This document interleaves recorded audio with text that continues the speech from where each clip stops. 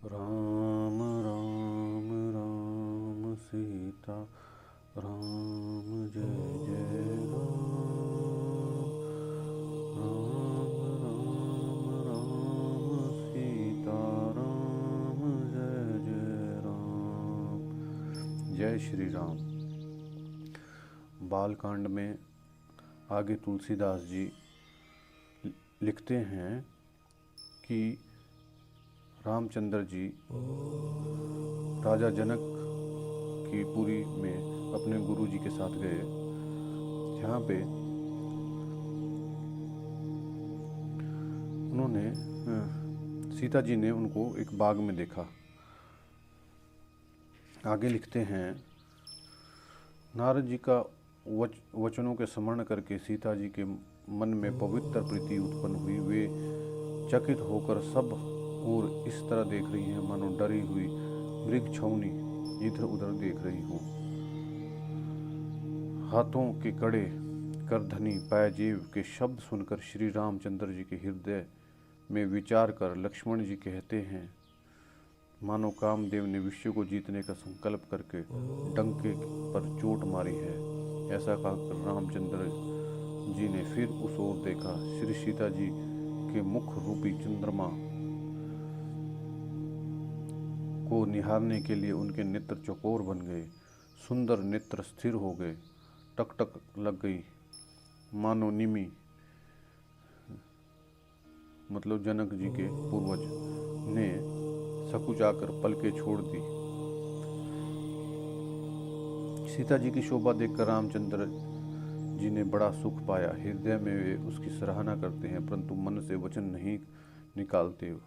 वह शोभा ऐसी मानो ब्रह्मा ने अपनी सारी निपुणता को मूर्ति मानकर संसार में प्रकट करके दिखाया हो। वह सीता जी की शोभा सुंदरता को भी सुंदर करने वाली है, मानो सुंदरता रूपी घर में दीपक की लौ जल रही हो। सारी उपमाओं को तो कवियों ने जूठा कर रखा है। मैं जनक नंदिनी श्री सीता जी को किस से उपमा दूं? हृदय में सीता जी की शोभा का वर्णन करके अपनी दशा को विचार कर प्रभु श्री रामचंद्र जी पवित्र मन से अपने छोटे भाई लक्ष्मण से समयानुकूल वचन बोले, हे तात, यह वही जनक जी की कन्या है जिसके लिए धनुष यज्ञ हो रहा है। सखियां इसे गौरी पूजन के लिए ले आई हैं। यह फुलवाड़ी में प्रकाशित करती हुई फिर रही है। जिसकी अलौकिक सुंदरता देखकर स्वभाव से ही पवित्र मेरा मन क्षुब्ध हो गया है। यह सब कारण तो विधाता जाने, किंतु हे भाई सुनो, मेरे मंगलदायक अंग फड़क रहे हैं।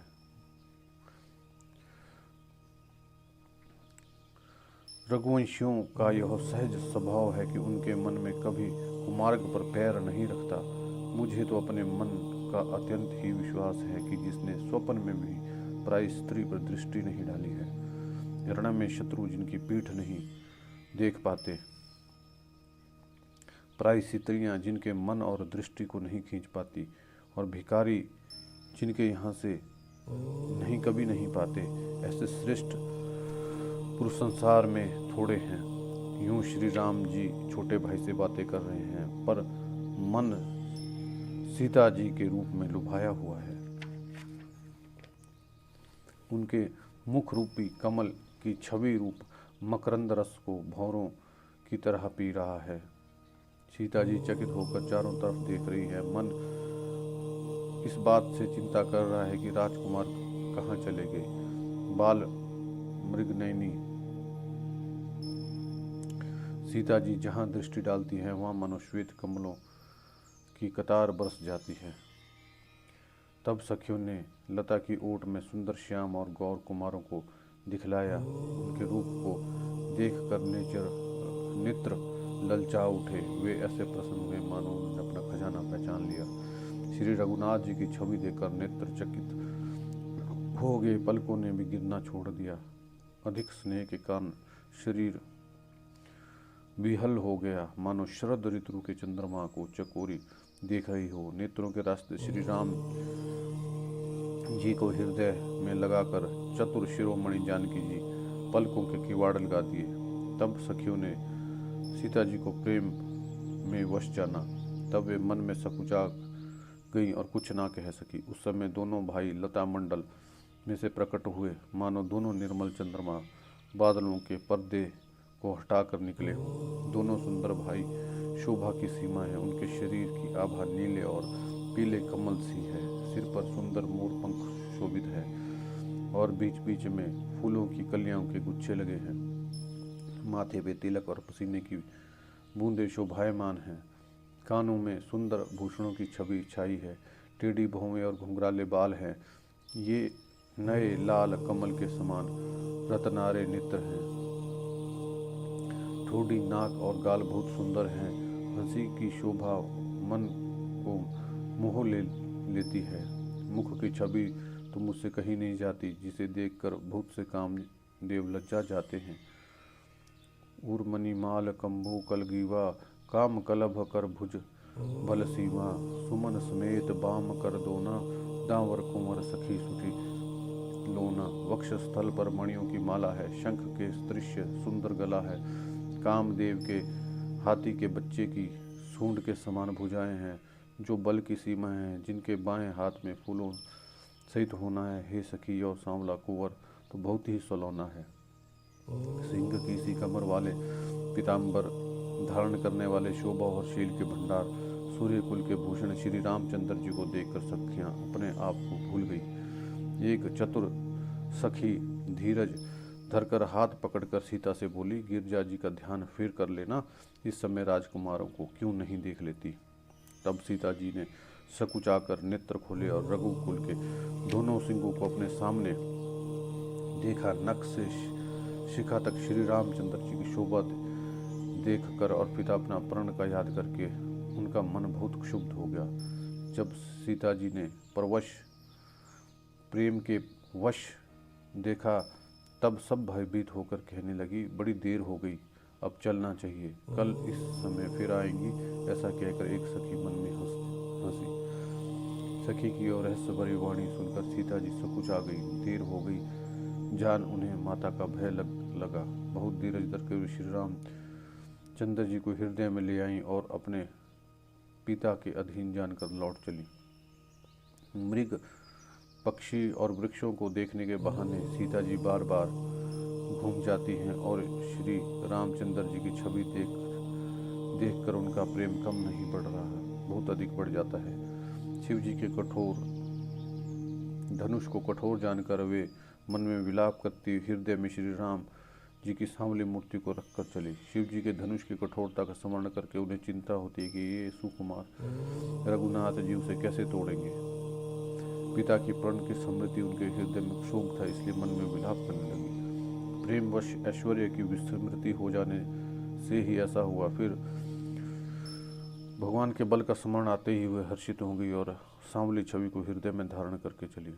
प्रभु श्री राम जी जब सुख स्नेह शोभा और गुणों की खान श्री जानकी जी को जाती हुई जाना, तब परम प्रेम की कोमल स्याही बनकर उनके स्वरूप को अपने सुंदर चित्ररूपी भित्ति पर चित्रित कर लिया।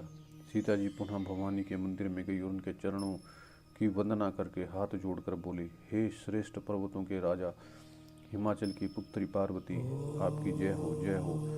हे महादेव के मुख रूपी चंद्रमा की चौकोरी, आपकी जय हो। हे हाथी के मुख वाले गणेश जी और 6 मुख वाले कार्तिकेय जी की माता, हे जगत जननी, हे बिजली की सी कांति युक्त शरीर वाली, आपकी जय हो। नहीं तब आदि मध्य अवसाना, अमित प्रभाव भेदु नहीं जाना, भव भव विभव पराभव कारिणी, विश्व विमोहिनी, सबस बिहारिणी। आपका न आदि है, न मध्य है, न अंत है। आपके असीम प्रभाव को वेद भी नहीं जानते और आप संसार को उत्पन्न पालन और नाश करने वाली हैं, विश्व को मोहित करने वाली और स्वतंत्र रूप से विहार करने वाली हैं। पति को इष्ट देव मानने वाली श्रेष्ठ नारियों में से हे माता, आपकी प्रथम गणना है। आपकी अपार महिमा को हजारों सरस्वती और शेष जी भी नहीं कह सकते। हे भक्तों को वर देने वाली, हे त्रिपुर के सुंदर शिव जी की प्रिय पत्नी, आपकी सेवा करने से चारों फल सुलभ हो जाते हैं। हे देवी, आपके चरणों की पूजा करके देवता, मनुष्य और मुनि सब सुखी हो जाते हैं। मेरे मनोरथ को आप भली भांति जानते हैं, क्योंकि आप सदा सबके हृदय रूपी नगरी में निवास करती हैं। इसी कारण मैंने उसे प्रकट नहीं किया। ऐसा कहकर जानकी जी ने उनके चरण पकड़ लिए।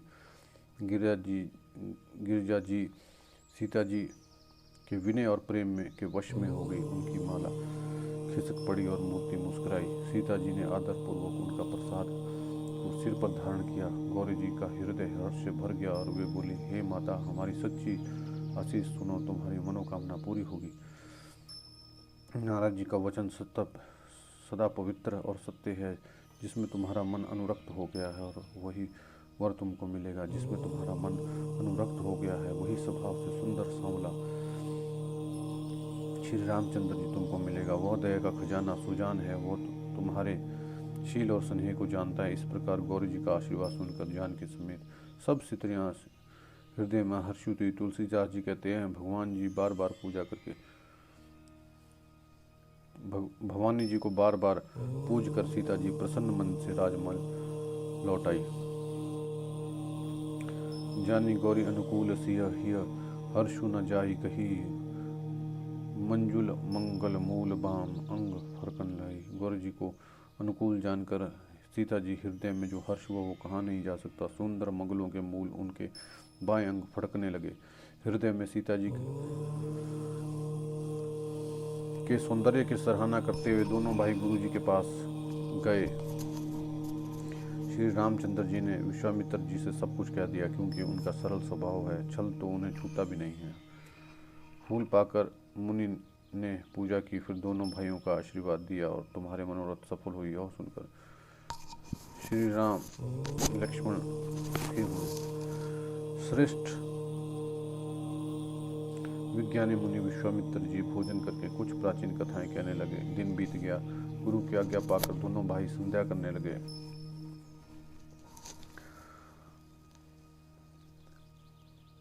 पूर्व दिशा में सुंदर चंद्रमा उदय हुआ। श्री रामचंद्र जी ने उसे सीता के मुख के समान देखकर सुख पाया। फिर मन में विचार किया कि यह चंद्रमा सीता के मुख के समान नहीं है। जन्मु सिंधु पुनि बंधु विषु, दिन मलिन लंक, सिय मुख समता पाव किमी, चंदु बापुरु रंक। खारे समुद्र में तो इसका जन्म और फिर विष इसका भाई। दिन में यह मलिन रहता है, कलंकी है। बेचारा गरीब चंद्रमा सीता जी के मुख की बराबरी कैसे कर सकता है। फिर यह घटता बढ़ता है और वीरहिणी स्त्रियों को दुख देने वाला है। राहु अपनी संधि में पाकर इसे ग्रस लेता है। चकवे को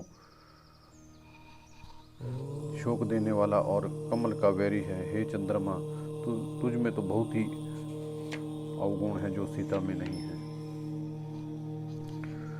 विदेही मुख पटतर दिन है, होई दिशु बड़ अनुचित कीन है। सिय मुख छवि विधु ब्याज बखानी, गुरु पही चले निशा बड़ी जानी। अतः जानकी जी के मुख कि तुझसे उत्मा देने में बहुत अनुचित कर्म करने वाला दोष लगेगा। इस प्रकार चंद्रमा के बहाने सीता जी के मुख की छवि का वर्णन करके बड़ी रात हो गई। जान वे गुरु जी के पास चले। मुख मुनि के चरण कमल में प्रणाम करके आज्ञा पाकर उन्होंने विश्राम किया। रात बीत जाने पर रघुनाथ जी जागे और भाई को देखकर ऐसा कहने लगे, हे तात, देखो कमल चक्रवाक और समस्त संसार को सुख देने वाले अरुणोदय हुआ है। लक्ष्मण जी दोनों हाथ जोड़कर प्रभु के भाव को सूचित करने वाली कोमल वाणी बोले। अरुणोदय होने से कुमुदनी सकुचा गई और तारागणों का प्रकाश फीका पड़ गया। जिस प्रकार आपका आना सुन सब राजा बलहीन हो गए हैं। सब राजा रूपी तारे उजाला करते हैं, पर वे धनुष रूपी महान अंधकार को हटा नहीं सकते। रात्रि का अंत होने से जैसे कमल, चकवे, भौरे और नाना प्रकार के पक्षी हर्षित होते हैं, वैसे ही हे प्रभु, आपके सब भगत धनुष टूटने पर सुखी होंगे। सूर्य उदय होगा, बिना ही परिश्रम अंधकार नष्ट होगा, तारे छिप गए, संसार में तेज का प्रकाश हो गया। आगे तुलसीदास जी बखान करते हैं, रवि निज उदय ब्याज रघुराया, प्रभु प्रतापु सब नृपनः दिखाया, तब भुज बल महिमा उदगाही, प्रकटी धनु विघटन परिपाटी। हे रघुनाथ जी, सूर्य ने अपने उदय के बहाने सब राजाओं को प्रभु का प्रताप दिखलाया है। आपकी भुजाओं के बल की महिमा को उद्घाटित करने के लिए ही धनुष तोड़ने की पद्धति प्रकट हुई है। भाई के वचन सुनकर प्रभु मुस्कुराए, फिर स्वभाव से ही पवित्र श्री राम ने शौच से निवृत्त होकर स्नान किया और नित्य कर्म करके वे गुरु जी के पास आए। आकर उन्होंने गुरु जी के सुंदर चरण कमलों में सिर निभाया। तब जानकी जी ने शतानंद जी को बुलाया और उन्हें तुरंत ही विश्वामित्र मुनि के पास भेजा।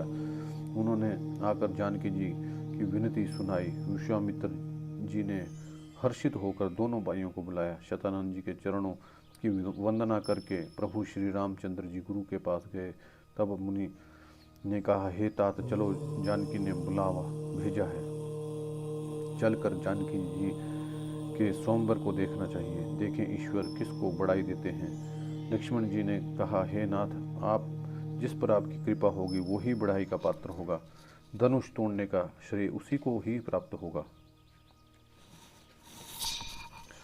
आगे 8वें विश्राम में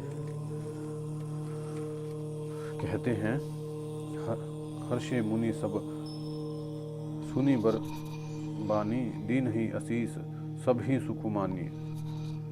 पुनि मुनि वृंद समेत कृपाला, देखन चले धनुष मख साला। इस श्रेष्ठ वाणी को सुनकर सभी मुनि प्रसन्न हुए। सभी ने सुख मानकर आशीर्वाद दिया। फिर मुनियों के समूह सहित कृपालु श्री रामचंद्र जी धनुष्य यज्ञशाला देखने चले।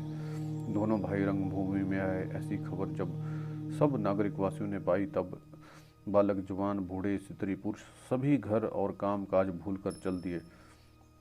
तब जानकी जी ने देखा कि बड़ी भीड़ हो गई। तब उन्हें सब विश्वास पात्र सेवकों को बुलाकर कहा, तुम लोग तुरंत सब लोगों के पास जाओ और सब किसी को यथायोग आसन दो।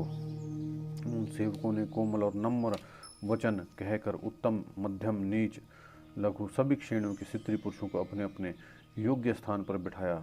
उसी समय राजकुमार राम लक्ष्मण जी वहां आए। वे ऐसे सुंदर हैं मानो साक्षात मनोहरता ही उनके शरीरों पे छा रही हो। सुंदर, सांवला और गोरा उनका शरीर है। वे गुणों के समुद्र, चतुर और वीर, उत्तम वीर हैं। वे राजाओं के समाज में ऐसे सुशोभित हो रहे हैं माना तारागणों के बीच 2 पूर्ण चंद्रमा हों। जिनकी जैसी भावना प्रभु की मूर्ति उन्होंने वैसी ही देखी। महान रणधीर श्री रामचंद्र जी के रूप ऐसे देख रहे हैं मानो स्वयं वीर रस शरीर धारण किए हुए। कुटिल राजा प्रभु को देखकर डर गए मानो उनकी भयानक मूर्ति हो। छल से जो राक्षस वहां राजा के वेश में बैठे थे, उन्होंने प्रभु को प्रत्यक्ष काल के समान देखा। नगर वासियों ने दोनों भाइयों को मनुष्यों के भूषण रूप और नेत्रों को सुख देने वाला देखा। स्त्रियों के हृदय में हर्षित होकर अपनी अपनी रुचि के अनुसार उन्हें देख रही थी मानो श्रृंगार रस ही परम अनुभूति मूर्ति धारण किए हुए सुशोभित हो। विद्वानों को प्रभु विराट रूप में दिखाई दिए, जिनसे बहुत से मुंह, हाथ, पैर, नेत्र, सिर हैं। जानकी जी के सजातीय कुटुंबी प्रभु को किस तरह देख रहे हैं, जैसे सगे सज्जन प्रिय लगते हैं। जनक समेत रानियां उन्हें अपने बच्चे के समान देख रही हैं। उनकी प्रीति का वर्णन नहीं किया जा सकता। योगियों को वे शांत, शुद्ध, सम और स्वतः प्रकाश परम तत्व के रूप में दिखे। हरि भक्तों ने दोनों भाइयों को सब सुखों के देने वाले इष्ट देव के समान देखा। सीता जी जिस भाव से श्री रामचंद्र जी को देख रही हैं, वह स्नेह और सुख तो कहने में ही नहीं आता। उस का हृदय में अनुभव कर रही हैं वे भी उसे कह नहीं सकती। फिर कोई कवि उसे किस प्रकार कह सकता है। इस प्रकार जिसका भाव जैसा था उसने कौशल्याधीश श्री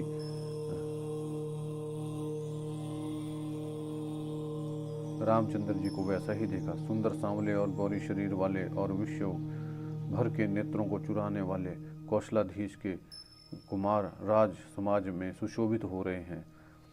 सहज मनोहर मूर्ति दो कोटि काम उपमा लघु सोऊ शरद चंद्र निरक मुख नीजे नीरज नयन भावते जी के। दोनों मूर्तियां स्वभाव से ही मन को हरने वाली हैं। करोड़ों कामदेवों की उपमा भी उनके लिए तुच्छ है। उनके सुंदर मुख शरद पूर्णिमा के चंद्रमा की भी निंदा करने वाले हैं और कमल के समान नेत्र मन को बहुत ही भाते हैं। सुंदर चितवन कामदेव के भी मन को हरने वाली है। वह हृदय को बहुत प्यारी लगती है, उसका वर्णन नहीं किया जा सकता। सुंदर गाल हैं, कानों में चंचल कुंडल हैं, ठोड़ी और अधर सुंदर हैं, कोमल वाणी हैं। हंसी चंद्रमा की किरणों को तिरस्कार करने वाली है। बहुएं टेढ़ी हैं, नासिका मनोहर है, चौड़े ललाट पर तिलक झलक रहे हैं। काले घुंघराले बालों को देखकर भौरों की पंक्ति भी लज्जा जाती है। पीली चौकोनी टोपियां सिरों पर सुशोभित है, जिनके बीच बीच में फूलों की कलियां बनाई हुई है। शंख के समान सुंदर गले में मनोहर 3 रेखाएं हैं, मानो तीनों लोगों की सुंदरता की सीमा हो। हाथों पे गज मुक्ताओं की सुंदर कंठे और तुलसी की मालाएं सुशोभित हैं। उनके कंधे बैलों के कंधे की तरह ऊंचे और पुष्ट हैं और खड़े होने की शान ऐसी है जैसे सिंह की है। भुजाएं विशाल हैं और बल के भंडार हैं। कमर में तरकस और पीताम्बर बंधे हैं। हाथों में बाण और बाएं हाथ कंधों पर धनुष और पीले यज्ञोपवीत सुशोभित हैं। नख से लेकर शिखा तक सब अंग सुंदर हैं। उन पर महान शोभा छाई हुई है। देखी लोग सब भय सुखाए, एक टक लोचन चलत न तारे। हर्षे जन को देखी दो भाई, मुनि पद कमल गए तब जाए। उन्हें देख के सब लोग सुखी हुए, नेत्र एक टक हैं और तारे भी नहीं चलते। जनक जी दोनों भाइयों को देखकर हर्षित हुए। तब उन्होंने जाकर मुनि के चरण कमल पकड़ लिए, विनती करके अपनी कथा सुनाई और मुनि को सारी रंगभूमि दिखलाई। दोनों श्रेष्ठ राजकुमार जहाँ जहाँ जाते वहाँ सब कोई आश्चर्यचकित होकर देखने लगते। सब ने राम जी को अपनी अपनी ओर ही मुख किए हुए देखा, परंतु इसका कुछ भी विशेष रहस्य नहीं जान सकता। मुनि ने राजा से रंगभूमि की रचना मुनि ने राजा से कहा, रंगभूमि की रचना बड़ी सुंदर है। राजा प्रसन्न हुए और उन्हें बड़ा सुख मिला। सब मंचों से एक मंच अधिक सुंदर, उज्जवल और विशाल था। राजा ने मुनि सहित दोनों भाइयों को उस पर बिठाया। प्रभु को देखकर सब राजा हृदय में ऐसे हार गए जैसे पूर्ण चंद्रमा के उदय होने पर तारे प्रकाशहीन हो जाते हैं। उनके तेज को देखकर सबके मन में ऐसा विश्वास हो गया कि रामचंद्र जी ही धनुष को तोड़ेंगे, इसमें संदेह नहीं है। बिन भजे हूँ भव धनुष विशाला, मेल ही सिय राम उर्माला। अस विचारी गौनहु घर आई, जसु प्रताप बलु तेजु गमाही। इधर उनके रूप को देखकर सबके मन में यह विश्वास हो गया था कि शिव जी के विशाल धनुष को बिना तोड़े भी सीता जी श्री रामचंद्र जी के ही गले में जयमाला डालेंगे। हे भाई, ऐसा विचार कर यश प्रताप बल और तेज गंवाकर अपने अपने घर चलो। दूसरे राजा जो अविवेक से अंधे और अभिमानी थे, यह बात सुनकर बहुत हंसे। धनुष तोड़ने पर भी विवाह होना कठिन है, तो फिर बिना तोड़े तो राजकुमार जी को ब्याह ही कौन सकता है। काल ही क्यों ना हो, एक बार तो सीता जी के लिए उसे भी हम युद्ध में जीत लेंगे। यह घमंडी की बात सुनकर दूसरे राजा जो धर्मात्मा हरिभक्त और सियाने थे मुस्कुराए। राजाओं के गर्व को दूर करके श्री रामचंद्र जी सीता को बिहाएंगे। महाराजा दशरथ के रण में बांके पुत्रों को युद्ध में जीतकर कौन सकता है। गाल बजाकर व्यर्थ ही मत मरो, मन के लड्डुओं से भी कहीं भूख बुझती है। हमारी परम पवित्र सीख को सुनकर सीता जी को अपने जी में साक्षात जनक नंदनी समझो।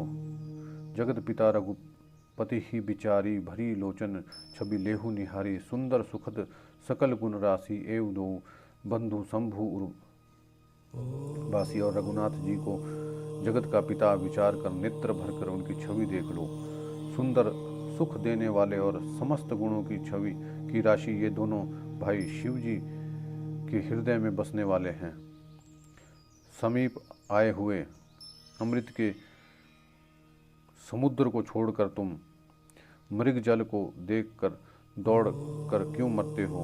फिर जिसको अच्छा लगे वही करो। हमने तो आज जन्म लेने का फल पा लिया। मतलब श्री राम जी के दर्शन करके जो जन्म लिया है उसका फल पा लिया। ऐसा कहकर अच्छे राजा प्रेम मगन होकर श्री राम जी की अनुपम रूप देखने लगे। मनुष्यों की तो बात ही क्या है, देवता लोग भी आकाश से विमानों पर चढ़े हुए दर्शन कर रहे हैं और सुंदर गान करते हुए फूल बरसा रहे हैं। तब सुअवसर जानकर जनक जी ने सीता जी को बुला भेजा।